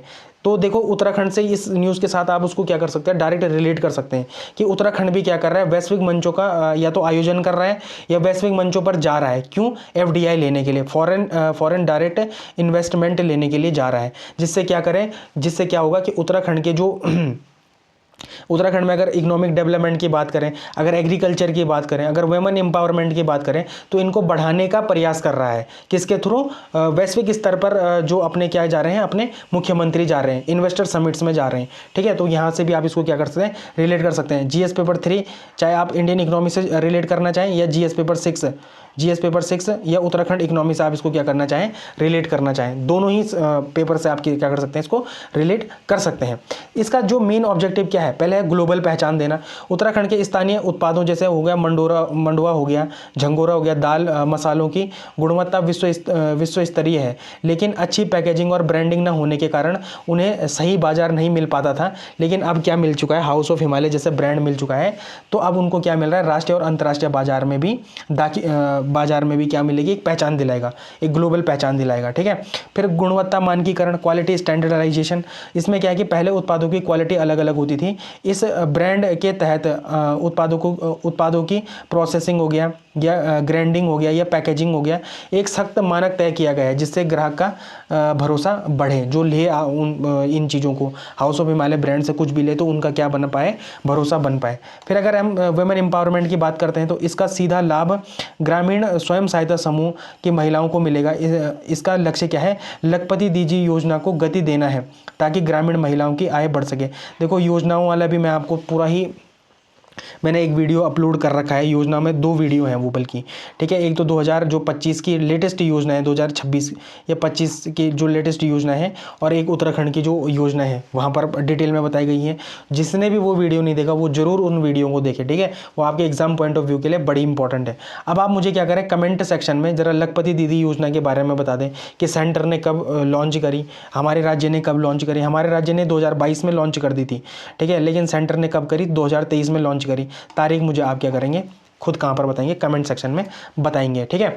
इसके तहत आने वाले प्रमुख उत्पाद क्या है, तो इसके तहत जैसे अनाज में मंडुआ हो गया, झंगोरा हो गया, लाल चावल। लाल चावल कहाँ फेमस है, लाल चावल कहाँ के फेमस है, कौन से जिले के लाल चावल फेमस है, उत्तरकाशी के फेमस है। कहाँ के हैं, उत्तरकाशी के हैं, ठीक है। तो ये इंपॉर्टेंट है। फिर दालें जैसे गहत हो गया, तोर हो गया, राजमा। देखो हरसिल और मुनस्यारी का राजमा भी क्या है, बड़ा फेमस है, ठीक है। तो ये इंपॉर्टेंट है। मसाले और जड़ी बूटी, पहाड़ी हल्दी, मिर्च, तिमुर हो गया या जखिया हो गया, ये इंपॉर्टेंट है। और जो अन्य जैसे बिच्छू घास, देखो बिच्छू घास तो पता है ना, अभी कुछ दिन पहले ही पढ़ा था, बिच्छू घास और भांग के बारे में पढ़ा था कि उसके रेशों से क्या बनाए जाएंगे, कपड़े बनाए जाएंगे, इंपॉर्टेंट है। बुरांस का जूस हो गया, शहद हो गया, ऊन या कपड़े हो गया। आप मुझे बताना जरा कि रेशम कितने प्रकार का होता है, रेशम कितने प्रकार का होता है। मैं जहाँ तक आपको बता दूं 4 प्रकार का होता है। आप चारों के बारे में और उनकी विशेषता आप मुझे कहाँ पर बताएंगे, कमेंट सेक्शन में बताएंगे, ठीक है। तो ये इंपॉर्टेंट है। फिर कार्यप्रणाली की देखो, पहले क्या है, सोर्सिंग है। उत्तराखंड राज्य ग्रामीण आजीविका मिशन के तहत देखो जो ये है ना USRLM, ठीक है, ये बड़ी इंपॉर्टेंट योजना है। आप क्या करना, गूगल करना इसको और जरा पढ़ना, इसके बारे में जरूर पढ़ना, ठीक है। ये बहुत इंपॉर्टेंट है। इसके अंतर्गत बहुत सारी ऐसी योजना है जो आपके एग्जाम पॉइंट ऑफ व्यू के लिए बड़ी इंपॉर्टेंट है। मैं इसको बना नहीं पाया क्योंकि मेरे पास समय का थोड़ा सा बाउंडेशन होता है, ठीक है। लेकिन आप इसको जरूर देखना, कहाँ पर, गूगल में जरूर देखना। ये बड़ा एक इंपॉर्टेंट टॉपिक है आपके लिए, आपके एग्जाम पॉइंट ऑफ व्यू के लिए, ठीक है। कहता है SHG से कच्चा माल खरीदा जाता है, प्रोसेसिंग और पैकेजिंग, इसे आधुनिक मशीनों से साफ करके प्रीमियम पैकेजिंग दी जाती है, ठीक है। फिर है विपणन, या उत्पादों को ऑनलाइन जैसे अमेजोन हो गया, फ्लिपकार्ट हो गया और बड़े शहरों में विशेष आउटलेट्स के जरिए किया जाता है, बेचा जाता है। तो ये क्या हो गई, इंपॉर्टेंट चीज़ें आपके पास है। मतलब ये जो इंपॉर्टेंट है ना, ये इंपॉर्टेंट इसलिए भी है क्योंकि, सॉरी ये थोड़ा सा ऊपर चला गया, 1 मिनट। हाँ हाँ, तो ये इम्पॉर्टेंट इसलिए भी हैं क्योंकि इनको क्या मिल रखा है, देखो ऑनलाइन प्लेटफॉर्म से भी जोड़ने की बात करी गई है, मार्केटिंग से भी जोड़ने की बात करी गई है। अब कुछ प्रीलिम्स में जो इन्वेस्टर समिट था उसके बारे में है। तो ये कब, हाउस ऑफ हिमालय के बारे में, सॉरी, तो 8 दिसंबर 2023 को क्या हुआ था, ये लॉन्च हुआ था, ठीक है। किसने लॉन्च किया था, तो PM नरेंद्र मोदी जी के द्वारा लॉन्च हुआ था। कहाँ पर हुआ था, तो FRI जो अपना क्या है, फॉरेस्ट रिसर्च इंस्टीट्यूट है देहरादून में, वहाँ पर क्या हुआ था, आयोजित हुआ था ये। फिर नोडल एजेंसी देखो, उत्तराखंड की ग्राम्य विभाग और USRLM मतलब Uttarakhand state rural livelihood mission. मैंने आपको बोला है कि इसके बारे में ज़रूर पढ़ लेना, ये बहुत ही इंपॉर्टेंट एक चीज़ है, सॉरी एजेंसी है जो आपके एग्जाम पॉइंट ऑफ व्यू के लिए बड़ी इंपॉर्टेंट है, ठीक है। फिर इसमें कुछ योजनाएं भी हैं। अब देखो थोड़ा योजनाओं के बारे में भी पढ़ लेते हैं। एक जनपद 2 उत्पाद, ठीक है, इसकी शुरुआत कब हुई थी, तो अक्टूबर 2021 में हुई थी। उत्तराखंड सरकार ने केंद्र की जो अपनी एक जिला एक उत्पाद की तर्ज पर इसे एक राज्य, मतलब एक जिला एक राज्य था उनका, ठीक है, सॉरी एक जिला एक उत्पाद था, उसी के तर्ज पर क्या 2 उत्पाद कर दिया, एक जिला और 2 उत्पाद कर दिया है, ठीक है। तो एक बार आप मुझे कमेंट सेक्शन में 13 जिलों के 13 प्रोडक्ट के बारे में भी बता देना। थोड़ा ये हेक्टिक हो सकता है लेकिन आपके प्रिलिमिनरी के लिए बड़ा इंपॉर्टेंट है, ठीक है। इसका उद्देश्य क्या है, हर जिले में 2 विशिष्ट उत्पाद, एक कृषि बागवानी और एक हस्तशिल्प हथकरघा की पहचान करना है, ठीक है। इसकी ब्रांडिंग, पैकेजिंग, मार्केटिंग करके अंतर्राष्ट्रीय बाजार तक पहुंचे, ठीक है। उसका उदाहरण क्या है, अल्मोड़ा की जैसे बाल मिठाई हो गई है ना, और ट्वीड मतलब कपड़ा हो गया। तो अल्मोड़ा के ये 2 चीज़ें जैसे फेमस थी, है ना, वैसे आप मुझे पौड़ी का बताएंगे, उधम सिंह नगर का बताएंगे, ठीक है, अलग अलग जगहों का बताएंगे। तो आपके प्रिलिमिनरी के लिए बड़ा इंपॉर्टेंट है, ठीक है। फिर उत्तराखंड स्टेट मिलेट मिशन के बारे में देखो, ये कब इसकी शुरुआत हुई थी, तो 16 फरवरी 2023 को इसकी शुरुआत हुई थी। इसका जो उद्देश्य है वो क्या है, जैसे मोटा अनाज है अपने पास, है ना, मंडुआ है चाहे झंगोरा है, उसकी खेती को बढ़ावा देना, किसानों से मंडुआ 35.78 रुपये प्रति किलो MSP पर खरीदना था। PDS सिस्टम में क्या करना था, मिड डे मील में मोटा अनाज शामिल करना था, ठीक है। बताना जरा उत्तराखंड में जो हमने ये पढ़ा हुआ है PDS सिस्टम, ठीक है, ये अधिनियम कब का है, उत्तराखंड में ये अधिनियम कब का है, राष्ट्रीय खाद्य सुरक्षा योजना अधिनियम कब का है, ये मुझे जरा आप बताना, ठीक है। राज्य, हाँ राज्य, मैंने राष्ट्रीय नहीं बोला, इसको याद रखना। और ये हम ना न्यूज़ में ही कवर कर चुके हैं, हम ये प्रीवियस DNA में ही कवर कर चुके हैं, ठीक है। जरा आपने पन्ने पलटना पिछले, ठीक है, वहाँ पर देखना कि जो राज्य खाद्य सुरक्षा मिशन है और जो राष्ट्रीय खाद्य सुरक्षा मिशन है, इन दोनों में अंतर भी है और दोनों की डेट अलग अलग है, ठीक है। एक 2013 का है और एक बाद का है, जरूरत इनको देख लेना, ये बहुत इंपॉर्टेंट है, ठीक। तो बजट में इसके लिए 73 करोड़ रुपए का प्रावधान किया गया है। फिर फार्मा मिशनरी बैंक योजना, देखो ये किसी को ज़्यादा मतलब ज़्यादा लोगों को पता नहीं होगी, लेकिन इसकी शुरुआत कब हुई थी, 2018-19 में हुई थी। केंद्र प्रायोजित सब मिशन ऑन एग्रीकल्चर मेकेनाइजेशन के तहत हुई थी। और इसका उद्देश्य क्या था, पहाड़ी क्षेत्रों में छोटे किसान महंगी मशीनें नहीं खरीद सकते, इसलिए गांव स्तर पर मशीनरी बैंक बनाना। और जो एसएचजी है, एसएचजी को मशीनरी बैंक बनाने पर 80% तक की सब्सिडी देना। किसान यहाँ से कम किराए पर ट्रैक्टर हो गया, थ्रेसर हो गया या पावर टिलर हो गया, ये क्या कर सकते थे, ले जा सकते थे कम कीमत पर। तो ये बड़ा ही इंपॉर्टेंट क्या है, एक योजना है आपके लिए। फिर मिशन एप्पल, तो मिशन एप्पल कब हुआ था शुरू, तो 2023-24 के बजट में इसकी घोषणा हुई थी। ठीक है, उत्तराखंड को हिमाचल और कश्मीर के की टक्कर का सेब उत्पादक राज्य बनाना। देखो इसको आप सीधे सीधे अपना उससे जोड़ दो, किससे जोड़ दो, जो अपना क्या हो रहा है फॉरेन, अरे जो हम क्या कर रहे हैं, यूरोपीय यूनियन के साथ करा, न्यूजीलैंड के साथ करा, ठीक है, एफटीए फ्री ट्रेड एग्रीमेंट से जोड़ दो। तो हमने क्या करा है, न्यूजीलैंड के जो सेब हैं उनको भी भेजा है, मतलब उनको इसी फ्री ट्रेड एग्रीमेंट में हमने क्या करा है, अपने राज्य मतलब अपने देश में बिकने की अनुमति दे दी है, टैरिफ फ्री। तो अब क्या होगा, वो भी उत्तराखंड के लिए क्या है, एक कंपटीशन है। ठीक है, फिर हमने कुछ चीज़ों को पढ़ा था, जैसे चिलिंग आवर हो गया, चिलिंग आवर भी हमने पढ़ा था। चिलिंग आवर कितने घंटे का होता है भाई, 25 घंटे का होता है, 25 डे का होता है, ठीक है ना, 150 घंटे का, ठीक है, 150 घंटे का होता है। तो ये भी इंपॉर्टेंट है। ये क्या होता है कि जो अपना क्या होता है, सेब की फसल को पकने का जो टाइम होता है वो यही होता है, चिलिंग आवर। तो ये सारी चीज़ें हम कहाँ पढ़ चुके हैं, डीएनए में ही पढ़ चुके हैं, तो ये इंपॉर्टेंट है। फिर यहाँ पर पारंपरिक बगीचों की जगह क्या करना, हाई डेंसिंग सेब के बगीचे लगाना, जो मतलब क्या हो, घने हों, ठीक है, जिससे उत्पादन 5 गुना बढ़ सके। इसके तहत सरकार 60% और 80% की क्या देती है, सब्सिडी देती है, ये इंपॉर्टेंट है। फिर कीवी मिशन हमने कब शुरू करा था, तो 2020 में करा था, ये पायलट प्रोजेक्ट के रूप में चल रहा है अभी। उत्तराखंड को कीवी स्टेट के रूप में पहचान दिलाना। सेब के बागानों की तुलना में कीवी की फसल जल्दी और अच्छी मुनाफे वाली होती है, इसलिए किसानों को इसके लिए प्रोत्साहित करना। नर्सरी तैयार करना और पौधे का वितरण करना। तो ये किस में था, कीवी मिशन में था। तो कीवी मिशन कब का है भाई, 2020 का है।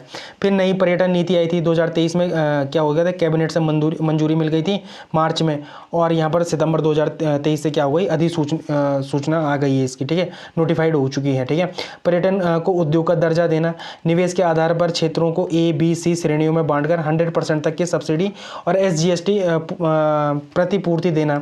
नए क्षेत्रों पर फोकस करना, जैसे वेलनेस टूरिज्म हो गया, ये योग हो गया, या हेरिटेज हो गया, या फिल्म सिटी हो गया। तो यहाँ पर क्या करना, लगातार इन एरिया में फोकस करना। और कब की है नई पर्यटन नीति, तो 2023 की है। ठीक है, तो ये इंपॉर्टेंट है।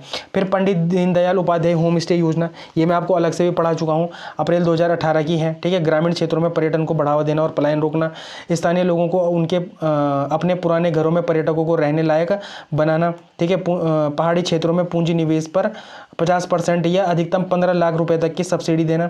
फिर व्यवसायिक करों में छूट यहाँ पर देने की बात करी गई थी।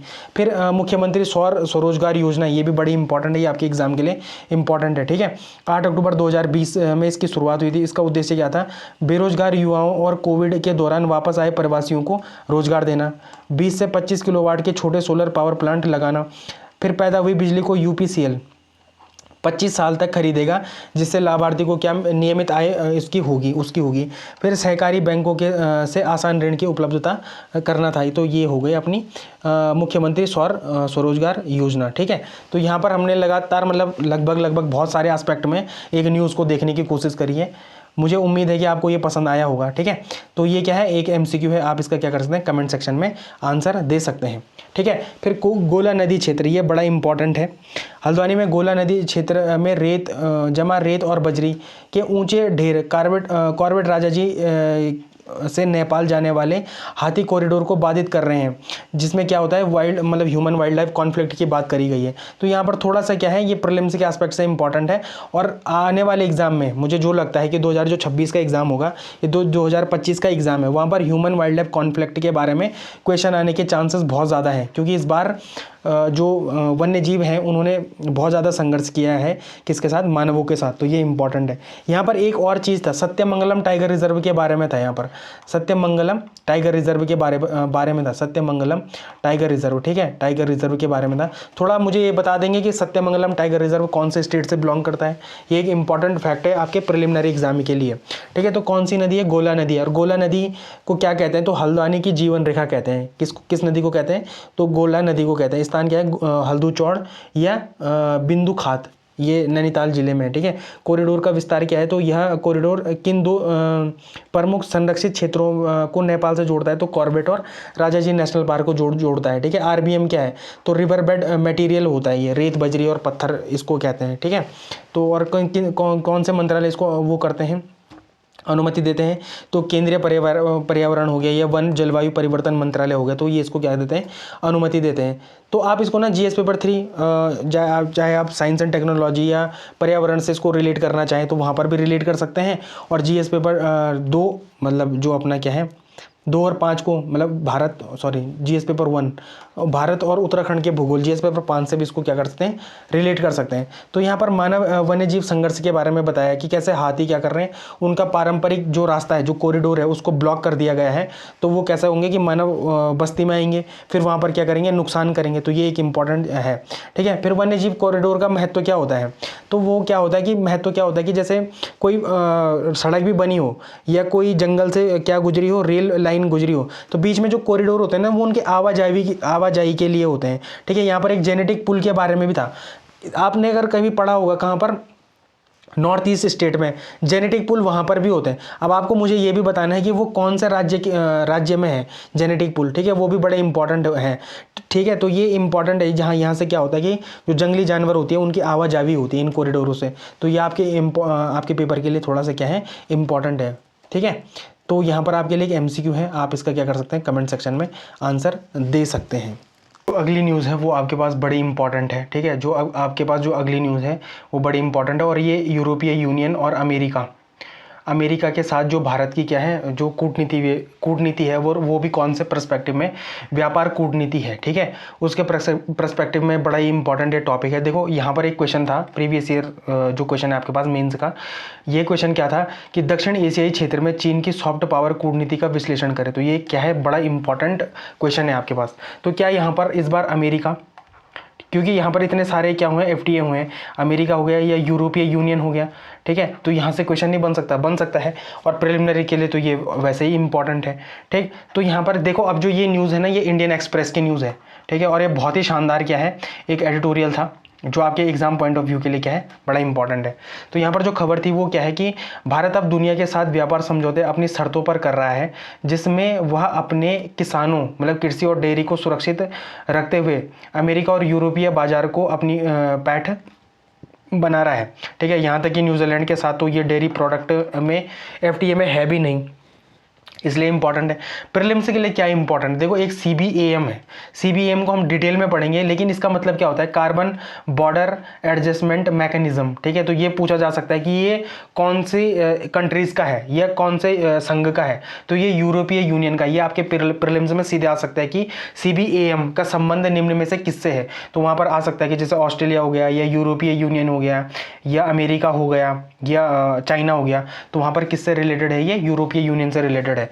यहाँ पर कुछ अंतरिम समझौता हुआ है, वो अंतरिम समझौता ये है कि पूर्ण व्यापार समझौता, जो जब अभी हमने क्या करा है, इन दोनों के साथ एफटीए करा है ना। और यूरोपीय यूनियन में कितने कंट्रीज है भाई, 27 कंट्रीज है, इस बात को याद रखना है ना। तो इनके साथ क्या हुआ है कि फुल एफटीए करने से पहले क्या होता है, एक अंतरिम पैक्ट होता है, तो वही करा हुआ है। फिर देखो मेरी 16, ये पेपर में आ सकता है कि मेरी 16 क्या है, तो ये जो वेनेजुएला में कच्चा तेल है ना, उसकी एक किस्म है, वो क्या है, मेरी 16। ये तो ये भी आपके पेपर में आ सकता है कि मेरी 16 का संबंध किससे, क्रूड ऑयल से संबंधित है, इंजन ऑयल से संबंधित है, किस चीज़ से संबंधित है, तो ये भी आपके पास सीधे सीधे पेपर में आ सकता है। फिर इसमें थोड़ा सा कंपैरेटिव एडवांटेज की बात करिए कि जैसे भारत को केमिकल्स और फार्मास्यूटिकल्स में चीन और सिंगापुर की तुलना में लाभ मिला है। वो लाभ सिंपल है यार, कि अमेरिका क्या कर रहा है, अपने चाइना से सारी की सारी शिफ्टिंग कहाँ कर रहा है, इंडिया में करना चाहता है, तो ये एक एडवांटेज है अपने को, ठीक है। ये यूरोपीय यूनियन क्या कर रहा है, लगातार चाइना से दूरी बना के रख रहा है, तो ये एक इंपॉर्टेंट चीज़ें हैं। तो ये सारी चीज़ें क्या है, इंपॉर्टेंट है। अब मेंस में आप इसको कहाँ पर क्या करेंगे, रिलेट करेंगे, तो जीएस पेपर 2 इंटरनेशनल रिलेशन में आप इसको क्या कर सकते हैं, रिलेट कर सकते हैं, या जीएस पेपर 3 में कहाँ पर रिलेट कर सकते हैं, आर्थिकी और सामाजिक विकास पे भी रिलेट कर सकते हैं। तो क्या है, देखो भारत की एक नई व्यापार नीति है ना, रणनीति क्या है, तो भारत अब बचाओ मतलब डिफेंसिव की मुद्रा में नहीं है। भारत ने यह साफ कर दिया है कि वह अपने कृषि, डेयरी और और छोटे उद्योगों में समझौता नहीं करेगा, जो भारत के गरीब जनता के लिए जरूरी है, लेकिन अन्य क्षेत्रों में बाजार खोलने को तैयार है। निष्कर्ष क्या है, यह दिखाता है कि भारत अब एक परिपक्व और बाजार संचालित अर्थव्यवस्था बना रहा है, मैच्योर मार्केट ड्रिवन इकोनॉमी बन रहा है। तो ये क्या है, एक इंपॉर्टेंट चीज़ है। ठीक है, फिर क्या है, यूरोपीय संघ के साथ जो समझौता हुआ है, यूरोपीय यूनियन के साथ जो एफटीए हुआ है, उसमें क्या है कि मेक इन इंडिया को बढ़ावा दे रहा है। यूरोपीय यूनियन के साथ समझौते से भारत के 99% उत्पादकों को वहाँ के बाजार में सीधी पहुँच मिलेगी, और जो सर्विस सेक्टर है अपना, सिर्फ सामान ही नहीं बल्कि जो भारतीय प्रोफेशनल है ना, स्किल्ड लेबर है, उनको भी वहाँ पर क्या मिलेगा, आसानी से नौकरियां मिलेंगी। मतलब वहाँ पर उनकी क्या है, मांग ज़्यादा है। जैसे अपने आईआईटीज़ के होने है ना लोग, तो वहाँ पर उनको क्या मिलेगा, इजीली वीज़ा मिलेगा या इजीली उनको वहाँ पर नौकरियां मिलेगी। चुनौती एक ही है वहाँ पर, और चुनौती क्या है, सीबीएम की, जो मैं आपको पीछे भी बता चुका हूँ, कार्बन बॉर्डर एडजस्टमेंट मैकेनिज्म। यह एक तरीके का क्या है, कार्बन टैक्स है, जो कि यूरोप जाने वाले सामानों पर लगता है। अब ये क्या है, देखो इसको भी एक डिटेल में पढ़ना जरूरी है कि सीबीएम है क्या। तो यह यूरोपीय संघ के द्वारा लगाया गया एक तरह का आयात शुल्क है, मतलब इंपोर्ट ड्यूटी है, टैक्स है। ठीक है, क्यों लगाया जाता है, तो यूरोप आने वाले यूरोप अपने यहाँ जलवायु परिवर्तन को रोकने के लिए कड़े नियम बना रहा है, जिससे वहाँ सामान बनाना महंगा हो जाता है। भारत और चीन यहाँ पर नियम थोड़े ढीले हैं, इसलिए यहाँ सामान सस्ता बनता है, क्योंकि हम कोयला जैसे सस्ती ऊर्जा का उपयोग करते हैं। देखो यहाँ पर क्या है, इंपॉर्टेंट क्या है, जो यूरोप है ना, यूरोप क्या करता है कि जो कार्बन इमिशन ज़्यादा करते हैं उन पर टैक्स लगाता है। लेकिन भारत या इंडिया या चाइना क्या करते हैं, जो हम सामान बनाते हैं, जैसे अपना क्या हो गया, स्टील हो गया, ठीक है, स्टील हो गया या एल्युमिनियम हो गया, उन पे हम क्या करते हैं, कोयला का यूज़ करते हैं। कोयला भले, अरे यार, अगर हम उनको रॉ मटेरियल से, और अगर हम क्या कर रहे हैं, पक्का सामान कर रहे हैं, पीप और पक्का सामान कर रहे हैं, तो उनके लिए ऊर्जा चाहिए ना, ऊर्जा चल रही है, और ऊर्जा के लिए हम किसका इस्तेमाल करते हैं, कोयला का इस्तेमाल करते हैं। और जब कोयला का इस्तेमाल करते हैं तो ऑब्वियसली बात ये क्या होता है, कम लागत में बनता है। तो जब ये कम लागत में बनेगा, और जब ये कहाँ पर जाएगा, यूरोपीय बाजारों में जाएगा, तो वो यहाँ के जो कंपनीज होंगी उनको क्या देगा, कंपटीशन देगा। कंपटीशन क्या देगा, मतलब अगर कम उसमें है, किसमें, कम लागत में है, तो अब ऐसी बात है, यहाँ के सामान क्या होंगे, ज़्यादा बिकेंगे। इसलिए ये क्या करता है, ये सीबीएम इन्होंने लागू कर दिया है, कहाँ पर, यूरोपीय बाजारों में। तो इसका मकसद यही है कि ताकि उनकी प्रतियोगिता बनी रहे। तो देखो यहाँ पर लिखा भी है, यूरोप चाहता है कि बाहर से जो भी सामान, जैसे स्टील हो गया, एल्युमिनियम हो गया, उनके बाजार में आए तो उस पर भी उतना ही कार्बन टैक्स लगे जितना कि किस पे लगता है, यूरोपीय कंपनियों पे लगता है, ताकि क्या हो कि प्रतियोगिता बनी रहे, बराबर रहे। मतलब ऐसा ना हो कि भारत और चाइना के जो भी सामान है वो सस्ते रहें और वो ज़्यादा बिकना शुरू हो जाएं, और यूरोप के जो खुद के उद्योग हैं, ठीक है, वो क्या हो जाए, ठप पड़ जाए। तो ये इसलिए इंपॉर्टेंट है। लागू की तारीख क्या थी, इसकी रिपोर्टिंग 1 अक्टूबर 2023 से शुरू हो चुकी है, लेकिन टैक्स काटना अब कब से शुरू हुआ है, 1 जनवरी 2026 से पूरी तरह से शुरू हुआ है। तो ये इंपॉर्टेंट है आपके प्रिलिमिनरी एग्जाम के लिए, और मेंस में भी आप इसको कहाँ पर कर सकते हैं, कोड कर सकते हैं। मतलब फिर अमेरिका के साथ, ये तो यूरोपीय यूनियन के साथ देखा। अब अमेरिका के साथ क्या है, तो चीन का विकल्प। अमेरिका भारत के साथ मिलकर चीन पर अपनी आत्मनिर्भरता क्या करना चाहता है, कम करना चाहता है।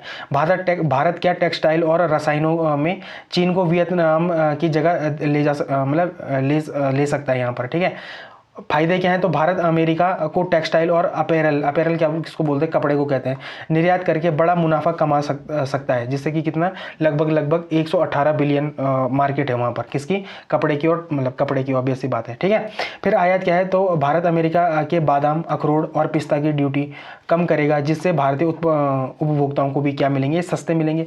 तो जो अमेरिका के, तो जो ये नट्स और क्या वॉलनट्स और जो ये पिस्ता है या बादाम, इनका तो प्रचार बहुत ज़्यादा सेलिब्रिटीज़ वगैरह भी करते हैं। तो ये तो वैसे भी सच में इनकी क्वालिटी बहुत ही अच्छी होती है। तो यहाँ पर क्या होगा कि यहाँ पर भारतीय लोगों को भी क्या मिलेंगे, सस्ते मिलेंगे। लेकिन इसका इम्पैक्ट किस में पड़ेगा, कश्मीर पे पड़ेगा, हिमाचल पे पड़ेगा, उत्तराखंड पे पड़ेगा। ठीक है, इसको हमेशा याद रखना, जब भी ड्राई फ्रूट्स की बात हो तो ये 3 राज्यों में हमेशा इनका इम्पैक्ट पड़ेगा। यहाँ इन 3 राज्यों को क्या मिलेगा, इसका कॉम्पिटिशन मिलेगा, ज़बरदस्त कॉम्पिटिशन मिलेगा। ठीक है, तो ये इंपॉर्टेंट है। फिर यहाँ पर जो तेल डिप्लोमेसी है, मतलब जो अपनी क्या है, तेल कूटनीति है, थोड़ा इसकी भी बात थी। तो भारत अब रूस के साथ साथ वेनेजुएला से भी कच्चा तेल खरीदने की तैयारी कर रहा है। इससे भारत को तेल कितना मिल रहा है, 10 से $12 प्रति बैरल सस्ता मिलेगा, और लगभग 3 बिलियन की बचत होगी यहाँ पर। लेकिन मैं एक चीज़ समझना चाहता हूँ कि वेनेजुएला इधर है, ठीक है, और भारत इधर है। ठीक है, मतलब वेनेजुएला और भारत के बीच में काफ़ी डिस्टेंस है। तो क्या वो डिस्टेंस को मेंटेन करके इतना जो सस्ता बोल रहा है, क्या ये कर पाएगा या नहीं कर पाएगा, तो खैर टाइम ही बताएगा। ठीक है, तो ये एक इंपॉर्टेंट चीज़ है। ठीक, फिर एआई जो अपना क्या है, एआई इम्पैक्ट समिट है। देखो आपके पास मेंस में भी क्वेश्चन आता है और प्रीलिम्स से तो क्वेश्चन आया है। देखो मेंस में क्या क्वेश्चन आया है कि कृत्रिम बुद्धि मतलब एआई की अवधारणा पर चर्चा करें और कृत्रिम बुद्धि शिक्षा के क्षेत्र में कैसा सहयोग है। अब ये धीरे धीरे क्वेश्चन मॉडिफाई भी हो सकता है कि स्वास्थ्य के क्षेत्र में कैसा है, ठीक है, रोजगार के क्षेत्र में कैसा है। ठीक है, तो ये सारी चीज़ें इंपॉर्टेंट है ना। तो शिक्षा के क्षेत्र में कैसा है, स्वास्थ्य के क्षेत्र में कैसा है, शिक्षा कृषि के क्षेत्र में कैसा है। तो यहाँ पर किसी भी वे में ये क्या हो सकता है, मॉडिफाइड हो सकता है ये क्वेश्चन। ठीक है, तो हम इसमें यहाँ पर शिक्षा के बेस पे भी देखेंगे, स्वास्थ्य के भी बेस पे देखेंगे और कृषि के भी बेस पे देखेंगे। तो ये इंपॉर्टेंट है। तो खबर क्या है, खबर एक इंपॉर्टेंट खबर है कि भारत क्या करेगा 16 से 20 फरवरी 2016 को 2026 तक क्या करेगा, एआई इम्पैक्ट समिट की मेजबानी कर रहा है। इसका उद्देश्य सिर्फ नियम बनाना नहीं बल्कि ग्लोबल साउथ का नेतृत्व करते हुए एआई के लिए व्यावहारिक समाधान और गवर्नेंस का ढांचा तैयार करना है। देखो आप इसको जीएस पेपर 3 में तो डायरेक्ट रिलेट कर ही सकते हैं, साइंस एंड टेक में। ठीक है, साइंस एंड टेक में कर सकते हैं। जीएस पेपर 2 में भी इसको सीधे गवर्नेंस के साथ रिलेट कर सकते हैं। तो ये इंपॉर्टेंट है। ठीक है, और प्रिलिमिनरी में तो सीधे सीधे ये इंपॉर्टेंट है कि कहाँ पर हो रहा है ये एआई इम्पैक्ट समिट, और ये 100% आएगा पेपर में। ठीक है, तो ये तो बात है। फिर समिट का नाम क्या है, तो एआई इम्पैक्ट समिट 2026 के मेजबान देश कौन है, अपना भारत है। महत्व क्या है, तो यह ग्लोबल साउथ में आयोजित होने वाली इस सीरीज़ की पहली समिट है। अब देखो ये 2023 से शुरू हुई थी, जब ये बेलेचले पार्क में था ना, तो सुरक्षा पर फोकस था इसका। ठीक है, जब ये 2023 में, फिर 24 में आया सियोल दक्षिण कोरिया में हुआ, 25 में ये फ्रांस में हुआ। ये हमें हर साल क्या है पेपर में आया, और 26 में भारत में हो रहा है। तो अब तो इसके चांसेस बहुत ज़्यादा हैं। अब ये क्रोनोलॉजिकल ऑर्डर में पता है, ये भी पूछ सकता है कि बेलेचले में कब हुई थी, सियोल में कब हुई थी, पेरिस में कब हुई थी। ठीक है, तो यहाँ पर मल्टीपल टाइप के क्वेश्चन बन सकते हैं। मैच द फॉलोइंग यहाँ पर बन सकता है क्वेश्चन, मैच द फॉलोइंग बन सकता है यहाँ पर क्वेश्चन, डायरेक्ट क्वेश्चन भी बन सकता है, मैच द फॉलोइंग भी बन सकता है। तो आपको ये थोड़ा तैयार करना पड़ेगा। यहाँ पर इसका स्क्रीनशॉट आप रख लो। ठीक है, इसका उद्घाटन कौन करेंगे, तो प्रधानमंत्री नरेंद्र मोदी जी करेंगे। इनका मुख्य शब्द क्या है कि सोवरिन एआई, मतलब संप्रभु एआई। इसका मतलब है कि देशों का अपना एआई ढांचा लेना। अब ये मेंस में कहां पर, जीएस पेपर 3 सामान्य विज्ञान और प्रौद्योगिकी से रिलेट करता ही है। जीएस पेपर 2 इंटरनेशनल रिलेशन से भी ये डायरेक्ट क्या करता है, रिलेट करता है। तो विज्ञान और प्रौद्योगिकी क्या है, तो एआई गवर्नेंस।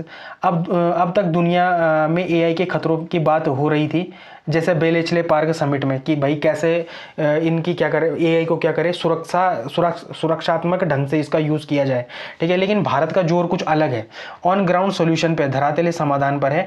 भारत चाहता है कि एआई का इस्तेमाल स्वास्थ्य क्षेत्र में कैसा हो, कृषि में कैसा हो और शिक्षा में कैसा हो। देखो क्वेश्चन पिछले वहाँ उसमें क्या आया था, यही आया था कि कृत्रिम बुद्धिमत्ता की अवधारणा पर चर्चा करें और कृत्रिम बुद्धिमत्ता शिक्षा के क्षेत्र में कैसे सहायक है। ठीक है, तो शिक्षा के क्षेत्र में कैसे सहायक है, तो भारत इसी पे काम कर रहा है। भारत इसके साथ साथ और भी एस्पेक्ट में काम कर रहा है, स्वास्थ्य पे काम कर रहा है, कृषि पे काम कर रहा है। ठीक है, तो ये इंडिया है, सॉरी ये इंपॉर्टेंट है। फिर इंडिया एआई समिट, तो ये क्या है कि 10,370 करोड़ रुपए के इंडिया एआई मिशन का जिक्र है। इसका उद्देश्य भारत में खुद के स्वदेशी एआई मॉडल्स और फाउंडेशनल मॉडल विकसित करना है, ताकि हम विदेशी कंपनियों जैसे चैट जीपीटी हो गया या गूगल का जेमिनाई हो गया, है ना, पर निर्भर ना रहें। तो आप मुझे ज़रा कुछ मुझे ज़रा एआई के नाम बताना। एआई जैसे चैट जीपीटी है, परप्लेक्सिटी भी है, जेमिनाई भी है, ऐसे जैसे डीप सीक है। तो ऐसे ही जरा कुछ 4-5 और भी बताना मुझे, क्योंकि कभी भी आ सकता है पेपर में। और जरा मुझे एक चीज़ और भी बताना, चैट जीपीटी में जीपीटी की फुल फॉर्म क्या है। एक बार ये बिहार, जब ये शुरू में था ना, तो बिहार पीसीएस में आया था ये question, what is the full form of GPT. ठीक है, जेनरेटिव, सॉरी मैंने बता दिया है पर पूरा नहीं बताया ना। तो जीपीटी की फुल फॉर्म क्या है, जरा इसमें बताना मुझे कि what is the full form of GPT. ठीक है, तो ये इंपॉर्टेंट है। फिर डेटा सेंटर और ऊर्जा, तो एआई को चलाने के लिए बड़े डेटा सेंटर चाहिए जो कि बहुत बिजली क्या करते हैं, खपत करते हैं। तो भारत को क्या इसका समाधान करना चाहिए, तो भारत को न्यूक्लियर ऑप्शन की तरफ बढ़ना पड़ेगा। भारत अपने एआई डेटा सेंटर्स को बिजली देने के लिए परमाणु ऊर्जा, न्यूक्लियर पावर के इस्तेमाल पर विचार कर रहा है। यह ऊर्जा सुरक्षा और तकनीकी विकास का ही क्या है, लिंक है। तो ये इंपॉर्टेंट है ये। अच्छा हाँ, यहाँ पर थोड़ा सा क्या है, यहाँ पर अंतर्राष्ट्रीय संबंध में देखते हैं। जैसे ग्लोबल साउथ की आवाज़, यह पहली बार है जब यह समिट ग्लोबल साउथ विकसित देशों में हो रही है। यह भारत की सॉफ्ट पावर और कूटनीति, मतलब तकनीकी कूटनीति, जब टेक डिप्लोमेसी को दर्शाते हैं। देखो जैसे ये शब्द है ना, टेक डिप्लोमेसी हो गया, ये सॉफ्ट पावर है। तो इनको आप कहीं पर नोट डाउन करके रख लो, ये आपके पेपर में बड़े इंपॉर्टेंट है।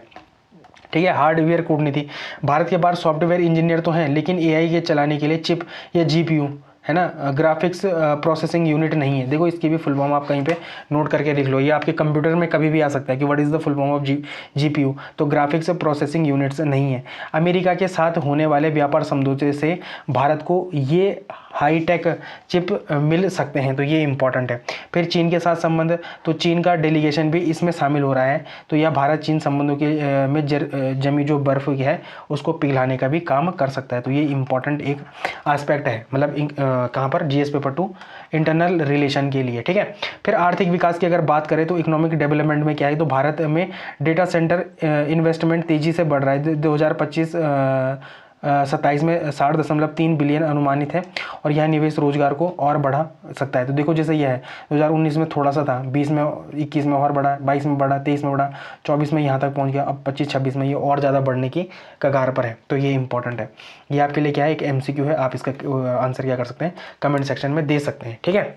अब एक ये वाली न्यूज़ है, ये भी बड़ी इंपॉर्टेंट है, ठीक है। और इससे मिलते जुलते दो क्वेश्चन ये हैं, यहाँ से आप इसको डायरेक्ट क्या कर सकते हैं, रिलेट कर सकते हैं कि केंद्र सरकार ने मणिपुर में पहाड़ी जिलों को अलग केंद्र शासित प्रदेश बनाने के लिए बनाने के बजाय अनुच्छेद 371 सी में संबंधित कर अधिक वित्तीय और प्रशासनिक स्वायत्तता देने पर विचार कर रही है, ताकि जो कुकी जनजाति है उनको क्या मिले, उनकी मांगों को शांत किया जा सके। तो ये एक इंपॉर्टेंट है, ठीक है।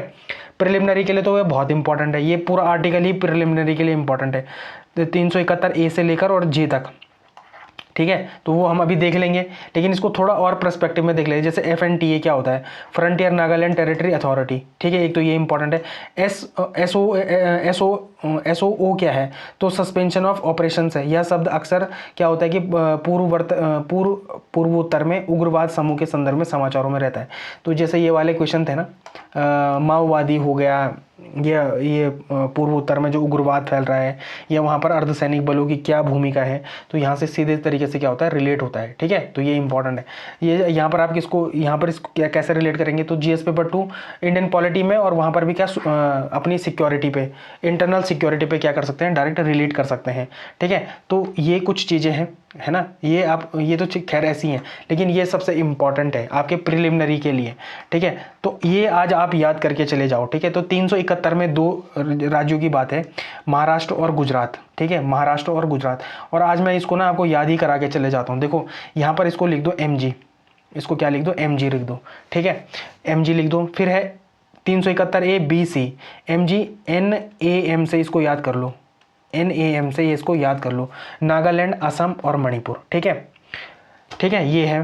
फिर इसको याद कर लो, आप से याद कर लो, इसको किससे कर लो, आप से याद कर लो, ठीक है। आप से मिलने अरुणाचल प्रदेश गया, क्यों। अब देखो आपको क्या ट्रिक याद करनी है, देखो MG नाम का बंदा, MG नाम का बंदा, MG नाम का बंदा आपसे मिलने अरुणाचल प्रदेश गया, क्यों।